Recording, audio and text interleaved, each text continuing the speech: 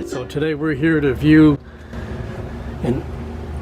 a Pacific Seacraft Flicka, which is 20 foot overall length. Okay, how many feet on the water line? About 18 or 19? 17. 17 on the water line. Thanks, Chris, for making time for us. Oh, you're welcome. Okay. So this is a Flicka 20. It's built by Pacific Seacraft. It's a 1980 20-foot boat. Displaces close to 6,000 pounds. Has a 4-foot draft. The coach roof on top with the solar panel, integrated solar panel, has been added on by myself.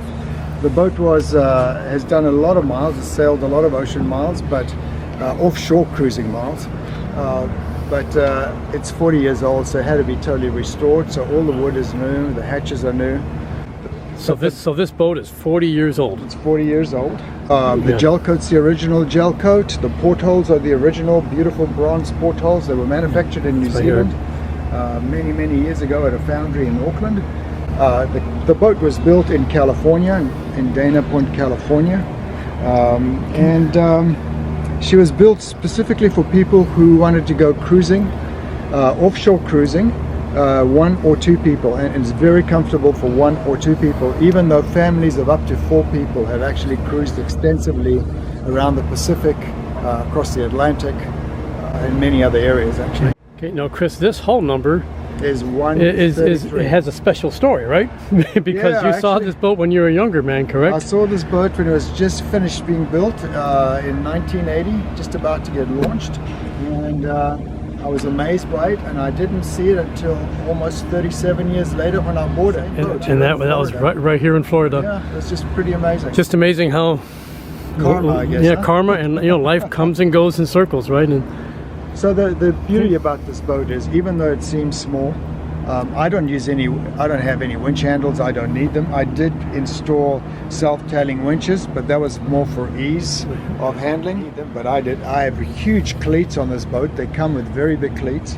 Yeah. My rigging is really oversized. It's 1/4-inch rigging all the way around. And and I'm going to interrupt you for a moment. So I'll point out that cleat is larger, and the ones up in the bow, you can see the enormous cleat. So this is for my viewers. Just based on what I've seen on boats up in my marina in Scotland, those cleats are larger than I've seen on boats that are 45, 50 foot.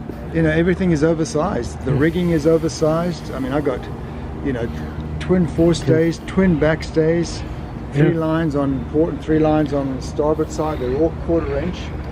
Most 20-foot boats are either an 8 or 3/16. Yeah, so some of my viewers may not know what a backstay is, Chris. So these are the backstays over here. So that's a wire rope, some people would call it a cable, and it's stainless, and it goes all the way, and I'm going to fall over backwards if I try this, so. But some boats don't have any backstays. Right. My boat does not have backstays. And I have a tiller. Yep. So instead of a steering wheel, and the tiller lifts out of the way, so you've got a nice open cockpit. Okay. And a lot of boats have drop hatch boards. I install doors because of just the ease of getting in and out. Yeah. I live aboard the boat, and I live comfortably. I don't really I have my galley, I have my head, I have my V-berth, I have a quarter berth. Do you mind if we take a look aboard? No, go aboard, help yourself. So the first thing I notice is that I once had a 31-foot boat which felt smaller than this. This feels larger because right here, typically I'm accustomed to seeing a full bulkhead going across the boat with a door. And it just makes everything feel small. When you go up there, you don't have good ventilation, and it's just not comfortable. But with an open plan, it's like having a studio apartment, right? It really is. The designer, Bruce Bingham, the naval architect Bruce Bingham, he was very clever. He actually put a lot of curvature in the cabin top, so you don't realize it until you're down below. But that not only did it give you height, but it gave you an enormous amount of strength. Right. And so we're talking about this area here. So it's strong, and we don't need a compression post under the main mast. Right, because which is right there. It's almost 3 inches thick over there. The boat is hand-laid fiberglass. There's no core in this boat. Even on the deck portion. Every part of it. Yep. That's rare. That's pretty cool. Very strongly built. Well, certainly your restoration is beautiful. I mean, she looks beautiful. But even if it had been painted white and it wasn't restored nicely, Right. it's still a very large interior. And so, Chris, what would you say to people who will claim, like I might say, man, to go offshore, to cross the roaring 40s, to cross the open ocean, you need at least 40 to 45 foot, not for live aboard comfort, but for safety. Can you tell us why you think this boat is every bit as safe or perhaps safer than a larger boat? Well, a lot of it is attitude too. First of all, you know, people who want to go sailing around the roaring 40s and they have a crew. There's a group of people that want to go. A lot of times though, you're by yourself, and I'm True. somebody who's by myself, and Right. I've reached a stage in my life, and I don't want to, you know, be dependent on somebody else or a crew. So then you go looking for smaller boats. Now, there have been some amazing people that have sailed around the world. Shane Acton from Cambridge sailed around an 18-foot plywood boat for 8 years. You know, he had nothing. He actually slept across the Atlantic for 8 hours every night by raising a lantern and going down below. He just didn't like to sail all night long. Just heave to and sleep? Heave to, yeah. And he loved it. He sailed around, and then at the end, there's a book called Super Shrimpy. And it's published about his story. It's a beautiful story. When you read those kind of books, you realize you really don't need a lot of boat. And for me, and many people like me, I like the ability where I don't need a lot of gear. I can sail this boat by myself. She's strong, she's seaworthy. I can handle all the lines. I know she can take the bad weather. And you know, she's inexpensive to operate in comparison to the big boats. I don't need the fuel capacity. I can handle the water capacity, and I can get up and go. So what would normally cost you $500,000 to get ready to go around, you can do it for $50,000, and that's a huge difference. Yeah, I mean, on a boat like mine, you know, I have a 16-pound or a 8 or 7.5 kilogram Bruce anchor up front. And that is considered strong enough for 40 knot winds, 50 knot winds, which is really good. Well, that's very easy to pick up and store, you know, in my line. My stern anchor is even smaller, and I can just drop it off. As a matter of fact, I normally sail and drop my stern anchor and then stop the boat with the stern anchor setting. Then I bring the sails down, then I have my lunch, and then when I get ready to go, I just pull, you know, raise the sails, I pull myself back to my anchor, raise it up, and off I go. You know, it's so those are the kind of things that you have to do, that you have the beauty of doing. Well, the other thing too, you know, in rough seas, everybody thinks you're in a small boat, you're bad, but you got to think of it as more as a cork and not as a big boat which is getting pounded. So going inside my boat to go into the boat is very easy. I've got things to hang on to. I'm not going to get thrown around, you know.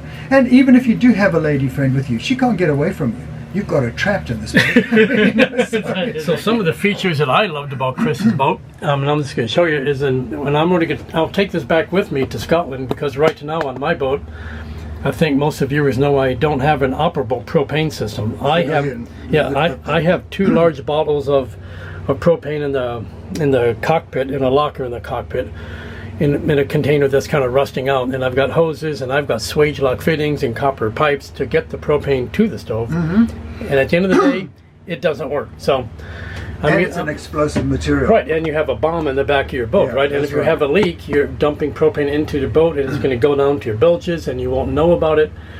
But what we're looking at here is an alcohol stove, may I? Right? Yeah. Just would you like me to open it up? Yes, please, sir. Yeah. So this stove is actually very common. It's actually called an Origo. It's a Swedish stove, and it's absorption alcohol. It absorbs. So you raise it up, and you take out its container on the bottom. So all you do is pour the alcohol in here, and when you light it, it sucks and absorbs alcohol off the bottom. So what's inside here? Is it just that fiber I see? Is it? Yeah, it's almost like a cotton wool, but and that's what comprises the whole canister. About 2/3 of it. Okay. And then the rest of it, you can put, you know, half a gallon of fuel in these things. Okay, but the thing is, then it evaporates. So I just put a little bit at a time. But when you do is you put it in here, you light it, and that's it. And it's a very hot stove. You just do this. You stick a click in here, and that's it. And I mean, I can heat up my water in 5 to 10 minutes. But the most important thing is also, in very cold nights, I can just turn that on, and because it's a small boat, within 5 to 10 minutes, I will turn this thing on, and this boat will go from 42 degrees outside to 70 to 75 degrees in here. Wow. And it takes it a good 3-4 hours to cool down again, and then I can do it for another 5-10 minutes. Wow. So basically with about 20 minutes worth of fuel, I can keep the boat warm throughout a very cold night. That's cool. That factor on this boat that I love offshore. You know, I love that feeling of being snug and under control. And this boat, what makes this boat so special is when you're sitting in the cockpit, you do not feel like you're in a 20-foot boat. You feel as if you're in a 30-foot boat. It is a strong, solid cockpit. Huge freeboards on either side. The waves don't get it. It doesn't dominate it. It's got a lot of, I mean, I got 2,000 pounds of lead built into the hull at the bottom of a 4-foot keel. 6,000 pounds on a 20-foot boat that normally would weigh around 1,500 pounds. So, Chris, is it your plan to go offshore then? Yeah, it is. Where would we expect to find you 1 year from today? Islay, having some whiskey. My favorite is Cardu and Abelos. And this is solid, and I can tell you it is a heavy table, and it's a nice sized chart table. I can clip my charts to it, but also you've now made an L-shaped galley. Oh yeah, I can imagine. You can sit, two people can sit here and eat very comfortably. Absolutely. I think you're doing a great job, Chris. Well, thank you very much. I think, I mean, it looks nice.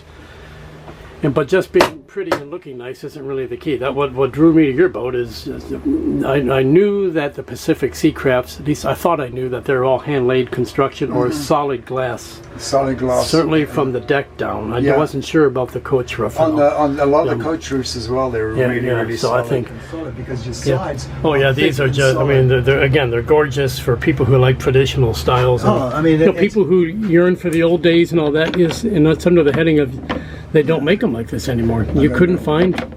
I don't know that I could go out and purchase things like this if I wanted to. You know? So here it is, and that's what these things are for. Yeah. And if you hold this up, lift this.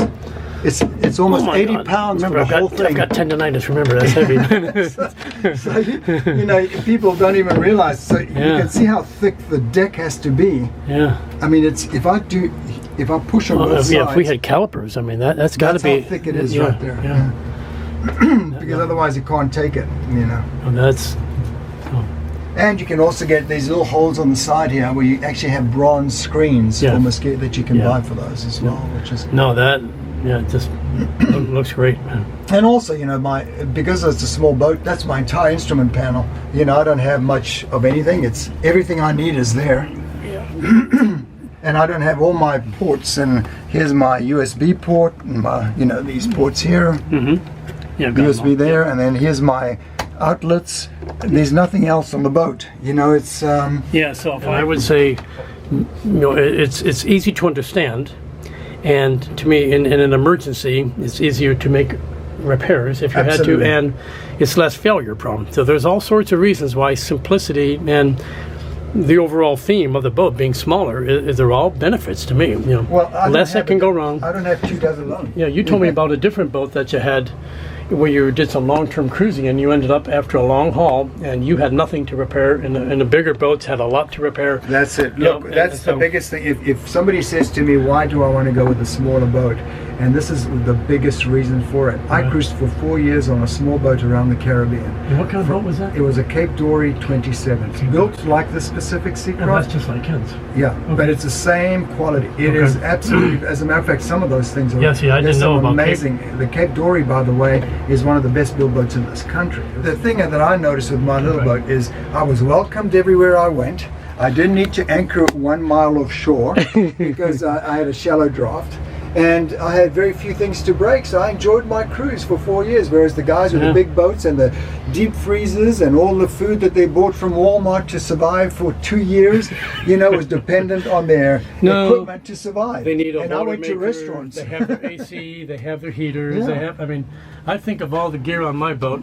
I had a clothes washing machine on my boat, you know. Yeah. That was big enough to put maybe 2 pair of underwear and a pair of socks in. Which is a bucket will do the same thing. Right, and that's the first thing I took off the boat, you know.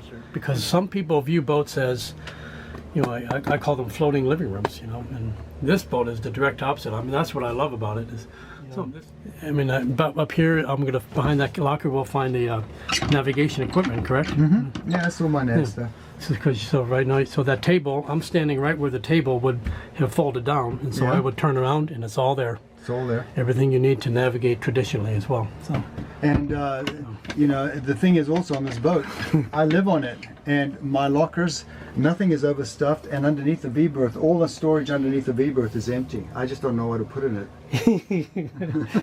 Well, you got to go to Super Walmart then. Yeah.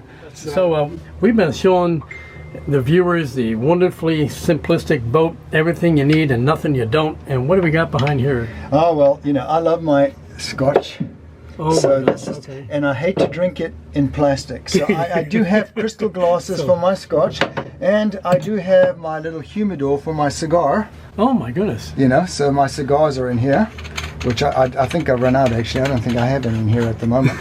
Yeah, no, I've got a couple of cigars in here. Yeah. Okay. My cover for my Oh cigar. my gosh, you've even got a And- label to tell us what it is. Huh? Yeah, and Whiskey. even the iPod for my speaker. So that's a Bluetooth speaker, and Yeah. that's my entire music on the Yeah. boat. Yeah. And then I got wine glasses, and you put the little koozie socks over them so they don't break. That's pretty cool. No, I think that's perfect. I mean, Yeah. being able to use every available square inch of the boat to use it for storage and only yeah, bring what you need and don't bring what you don't need, and learning to tell the difference, I guess, is really the key, and it takes That's right. a bit of time to do. So that's it. All right. Well, I appreciate you taking the time to let us into your home. What's between you and getting underway, Chris? There's one thing I'm missing is my wind vane.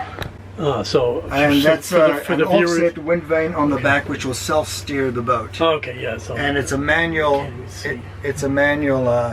Yeah, you won't be able to see it because of the yeah, light. the light is kind of messing with my camera. Yeah. So for the viewers, a wind vane is an autopilot. It's an autopilot, but it's driven by the wind instead of electricity, basically. Right. Exactly. So.